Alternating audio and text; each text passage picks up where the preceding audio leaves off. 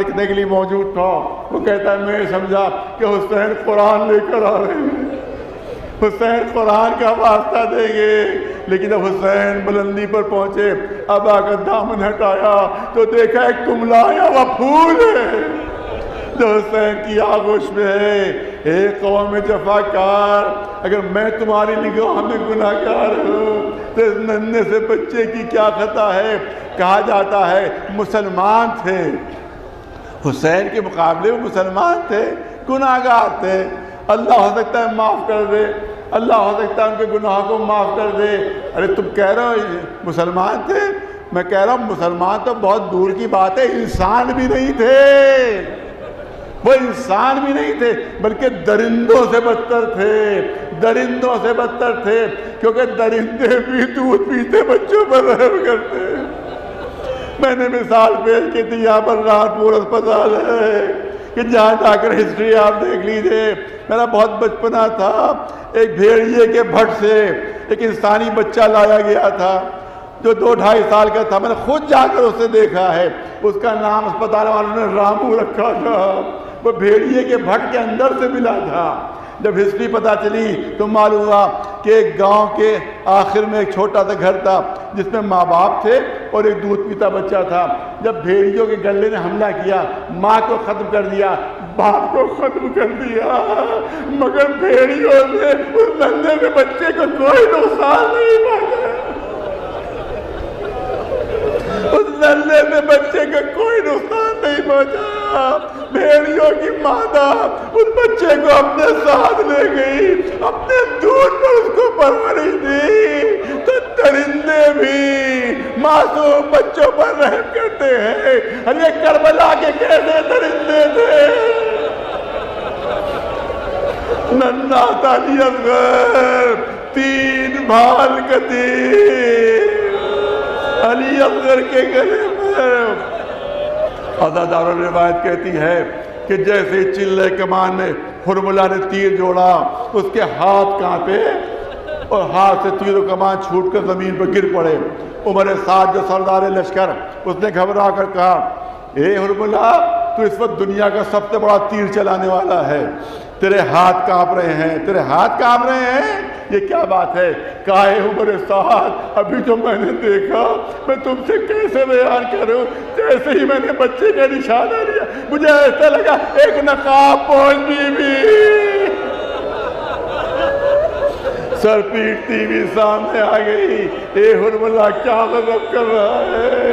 ہاں عزاداروں، علی اصغر کو کربلا کی جلتی ہوئی زمین میں جب دفن کرنے کے لیے اٹھایا ہے تو روایت کہتی ہے کہ رباب کو بھی برابر میں بلا لیا تھا، اے رباب تم بھی آ جاؤ، علی اصغر کو دفن کرنا ہے۔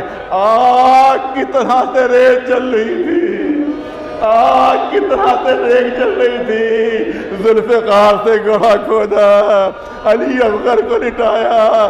حسین نے بڑی مشکل سے وہ جلتی ہوئی ریت لے کر علی اصغر پر ڈالنا شروع کی۔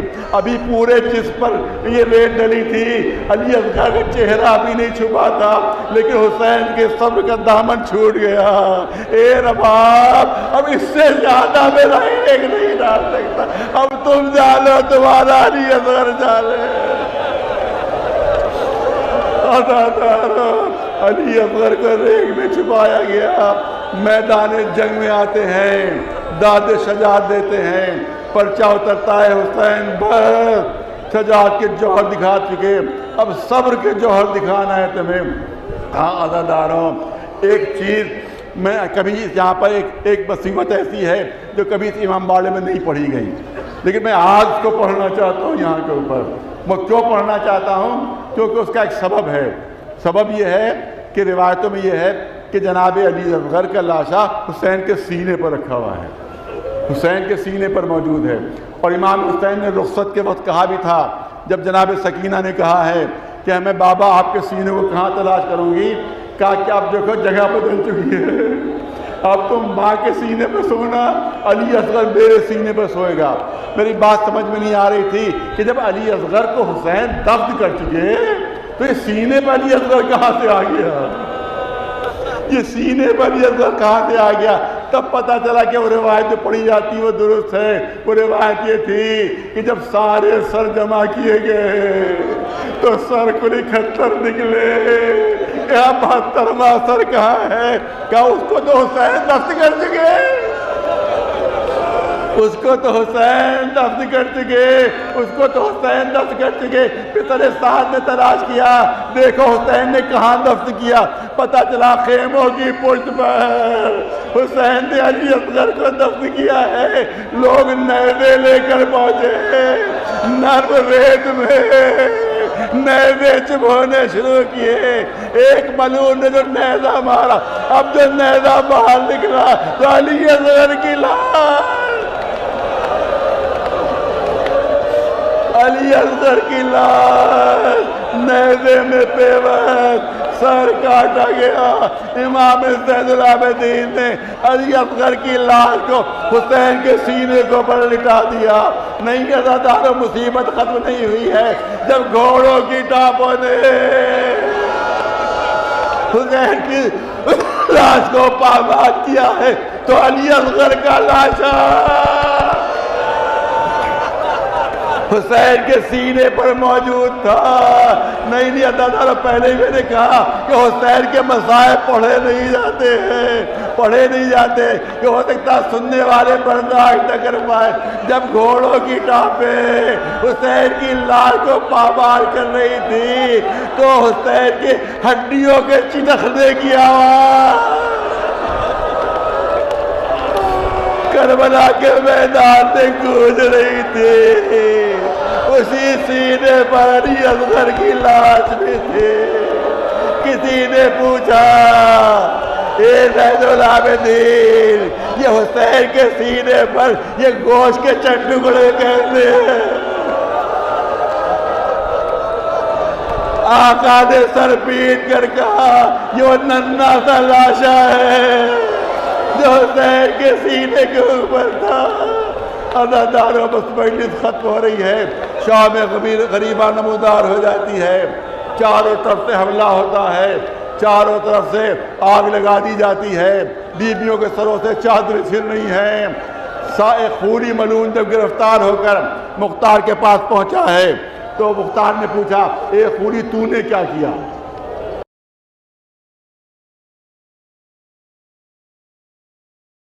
اے خوری، تو نے کیا کیا؟ کہا، میں نے جنگ میں حصہ نہیں لیا تھا، میرا کام تھا کہ سروں کو کاٹ کے نیزوں پہ اٹھانا، سروں کو کاٹ کر نیزوں پہ بلند کرنا۔ اس کام میں مجھے تاخیر ہو گئی، دیر لگ گئی۔ جب میں پہنچا تو معلوم خیمے لوٹے جا چکے تھے، بیویوں کا سامان لوٹ چکا تھا۔ وہ کہتا میں پریشان ہو گیا کہ اب میں اپنے گھر کیا لے کر جاؤں گا، سب چیزیں تو لٹ گئی ہیں۔ میں نے دیکھا ایک لمبے قد کی بیوی ہے کہ جس کے سر پر ابھی چادر باقی ہے۔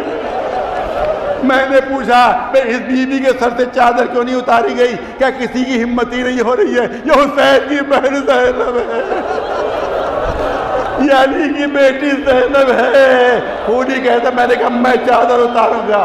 کہتا میں نے آگے بڑھا، چادر چھیننا چاہی، اس بی بی نے مضبوطی سے چادر کو پکڑ لیا، میں اس کو اتار نہیں سکا۔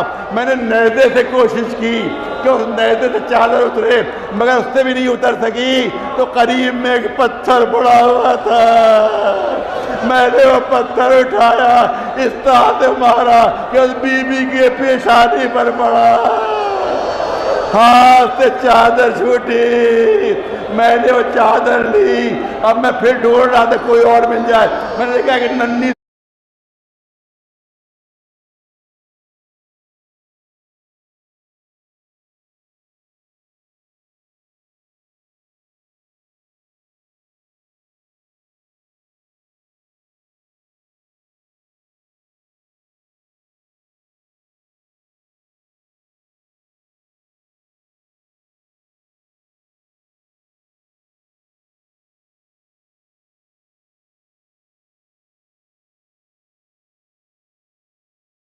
بچی ہے کہ جس کے کانوں میں چھوٹے چھوٹے گوشوارے ہیں۔ یہ مختار سے بیان کر رہا ہے۔ کہا مختار کہ ہاں میں سمجھ گیا۔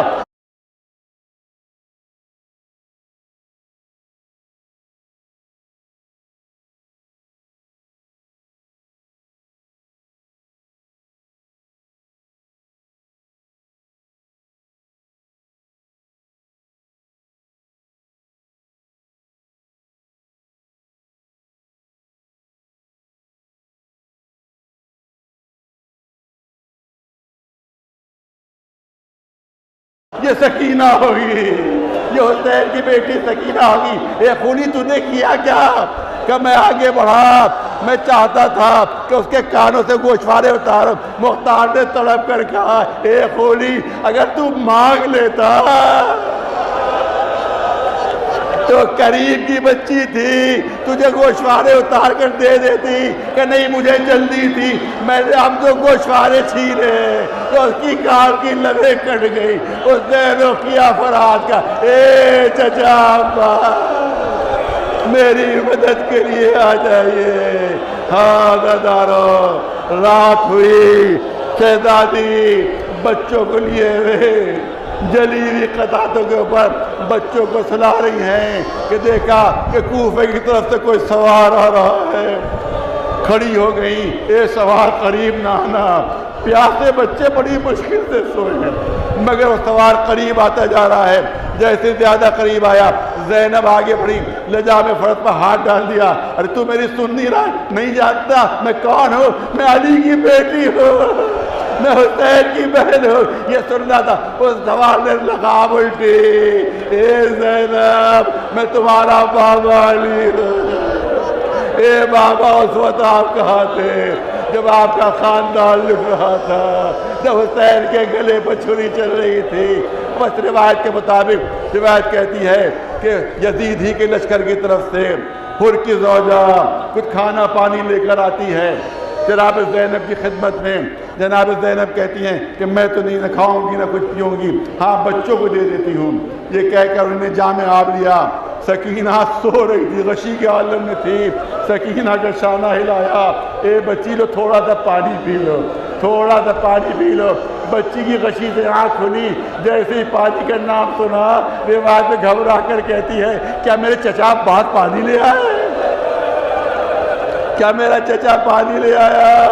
نہیں تمہارا چچا کہاں، وہ تو فرات کے کنارے سو رہا ہے۔ کہا پھپھی اماں آپ نے کیوں نہیں پیا؟ کہ تم سب سے چھوٹی ہو اس لیے تمہارے لیے لائی ہوں۔ یہ سننا تھا۔ سکینہ نے جامع آب لیا، مقتل کا رخ کیا۔ اے سکینہ کہاں جا رہی ہو؟ پھپھی اماں آپ ہی نے تو کہا کہ تم سب سے چھوٹی ہو۔ ارے مجھ سے چھوٹا تو میرا بھیا علی ہے۔ سکینہ نے پانی پینے سے انکار کر دیا۔ امام زین العابدین کو بلایا گیا۔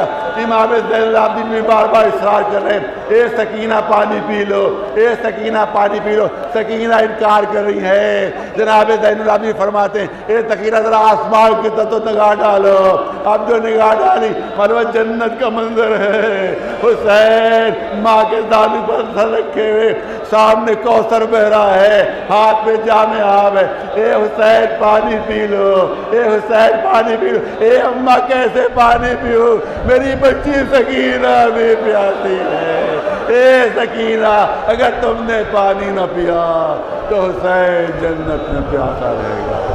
حسین بھی پانی نہیں